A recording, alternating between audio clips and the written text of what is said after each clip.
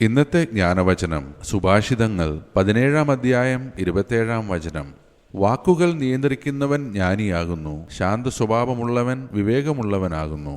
ഈ വചനം ജ്ഞാനത്തിന്റെ, ആത്മനിയന്ത്രണത്തിന്റെ, ശാന്തതയുടെ മഹത്വം നമ്മെ പഠിപ്പിക്കുന്നു. ജ്ഞാനമുള്ളവർ ആലോചിച്ച് സംസാരിക്കുകയും അനാവശ്യമായോ വേദനിപ്പിക്കുന്നതായോ വാക്കുകൾ ഒഴിവാക്കുകയും ചെയ്യുന്നു. ശാന്തവും സമാധാനപരവുമായ മനോഭാവം വിവേകത്തിന്റെയും പക്വതയുടെയും അടയാളമാണ്. ദൈവം നമ്മെ സ്നേഹത്തോടും ക്ഷമയോടും കൂടെ സംസാരിക്കുവാനും പ്രയാസകരമായ സാഹചര്യങ്ങളിലും സമാധാനത്തോടെ പ്രതികരിക്കുവാനും ആഗ്രഹിക്കുന്നു. യഥാർത്ഥ ജ്ഞാനം നമ്മുടെ വാക്കുകളിലും സ്വഭാവത്തിലും പ്രതിഫലിക്കണം.